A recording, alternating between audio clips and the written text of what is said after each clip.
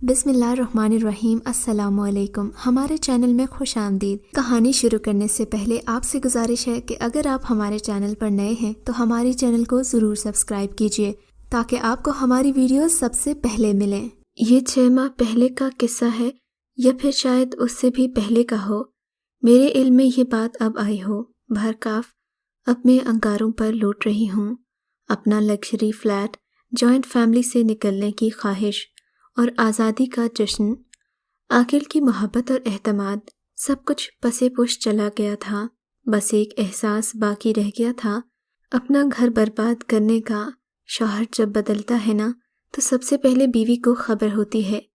ہماری چچی اپنے شوہر کی رنگین مزاجی کی ڈسی ہوئی تھیں، سو وہ سب کو اپنے شوہر کے ظلم کے قصے سنا کر خبردار کرتی۔ مرد ذات کا کوئی اعتبار نہیں پتر، دادی اکثر کہتی۔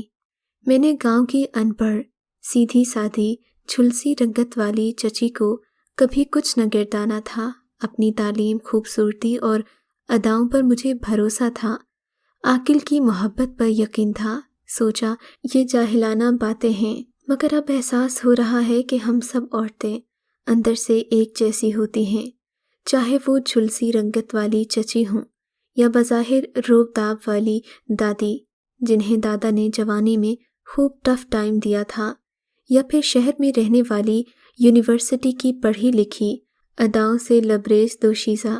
میرا دل کر رہا تھا کہ میں بد دعائیں دوں، منہ بھر بھر کے کوسنے دوں، گالیاں دوں، شوہر کا گریبان پکڑوں، مگر کس بنیاد پر؟ بظاہر سب ٹھیک تھا، مگر میری چھٹی حس جو ہمیشہ سے تیز تھی مجھے خطرے کی اطلاع دے رہی تھی۔ نند جٹھانی کے طنز، مقابلے بازی، ساس کا ایک دوسرے پر ترجیح دینا، یہ تھا ہمارے گھر کا ماحول۔ کیونکہ میری شادی جوائنٹ فیملی سسٹم میں ہوئی تھی، میں سخت بیزار ہو گئی تھی اس ماحول سے۔ عاقل تو ایک تابع دار بیٹا تھا جسے ماں کے ہاتھ کے کدو توری، بیوی کے ہاتھ کے قورمے پلاؤ سے زیادہ پسند تھے۔ بھانجے بھانجیوں اور بھتیجے میں بچہ بن کر کرکٹ فٹ بال کھیلنا، پکنک کے پلان فیملی کے ساتھ بنتے، لانگ ڈرائیو پر بچہ پارٹی بھی ہمراہ جاتی۔ میں جلتی کرتی رہ جاتی، مگر کوئی پرائیویسی نہیں تھی۔ عاقل سے پیار تھا سو جبرن سب سہ رہی تھی، مگر کب تک؟ عاقل کی محبت پر 2 حرف بھیجے اور بیگ تیار کر لیا۔ 2 سالہ آصفہ کو گود میں لیا اور میکے جا کر بیٹھ گئی، رو رو کر ظلم و ستم کی داستان سنائی۔ ممی ڈیڈی پریشان ہو گئے۔ ایسے موقع پر ڈیڈی نے ہمیشہ دور اندیشی سے کام لیا، تعلقات استعمال کیے، عاقل کا ٹرانسفر کرا دیا، فلیٹ کا بندوبست کیا، اور یوں 3 سالہ قید سے رہائی کے بعد اب میں جشن آزادی منا رہی تھی۔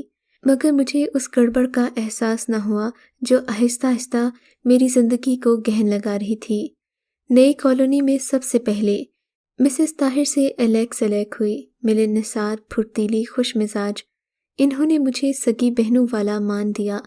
ممی ڈیڈی کبھی کبھار ہی آتے، سسرال والوں کو تو میں لفٹ ہی نہ کرواتی، سو ایک آدھ بار کے بعد کوئی میرے گھر نہ آیا تھا۔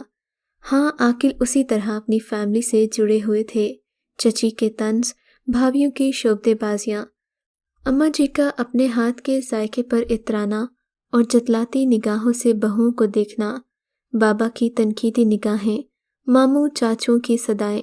میں تو اکثر جھرجھری لے کر رہ جاتی۔ 2 سال سے میں آزادی کا ایک ایک لمحہ انجوائے کر رہی تھی۔ عاقل میری مٹھی میں تھے، میں بلا شرکت غیرے اپنا من پسند ماحول بنا کر بیٹھی تھی۔ مسز طاہر کا ساتھ مجھے حاصل تھا۔ اچھا کیا جو تم وقت پر الگ ہو گئی، وہ اکثر میرا کاندھا تھپ تھپاتی۔ ان کے بچے میرے بچوں کے دوست بن گئے تھے۔ 19-20 سالہ طرح دار، ناز و ادا سے بھرپور تانی مسز طاہر کی بھانجی تھی جو یونیورسٹی میں داخلہ لینے یہاں آئی تھی۔ وہ خوبصورت نہ تھی، مگر خوبصورت نظر آنے کے ہتھیاروں سے لیس رہتی۔ پہلے ہی دن اس نے ہماری فیملی سے مراسم بڑھا لیے۔ میں آپ کو آنٹی کہوں گی، اس نے ایک ادا سے کہا تو میں بدمزہ ہو گئی۔ نہیں تو مجھے میرے نام سے پکارا کرو، میں نے سنجیدگی سے کہا۔ سوری، آپ مجھ سے اتنی بڑی ہیں کہ میں آپ کو آپ ہی کہہ دوں گی۔ اس نے بڑی پر زور دیا تھا اور اس کی چل ترنگ سی ہنسی میرے فلیٹ میں گونجی تھی۔ عاقل نے چونک کر ایک نظر اسے دیکھا اور پھر ٹاک شو میں مگن ہو گئے۔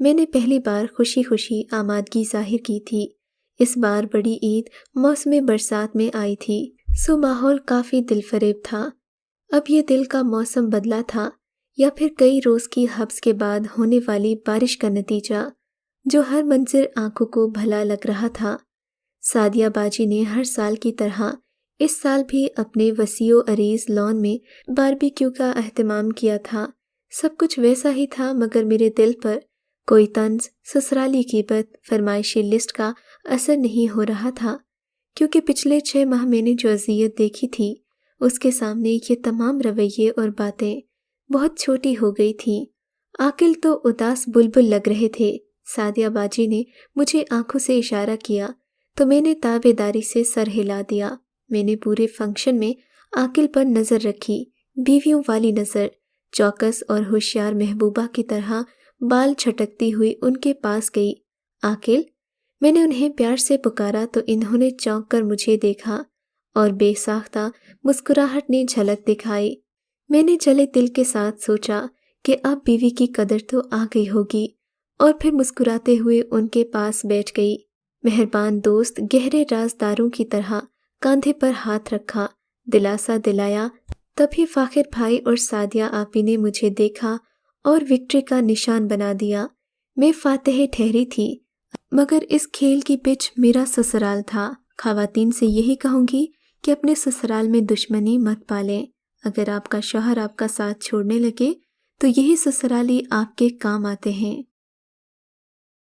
اگر آپ کو یہ کہانی اچھی لگی ہے تو اس ویڈیو کو لائک کیجیے اور اس طرح کی مزید ویڈیوز دیکھنے کے لیے ہمارے چینل کو سبسکرائب کیجیے۔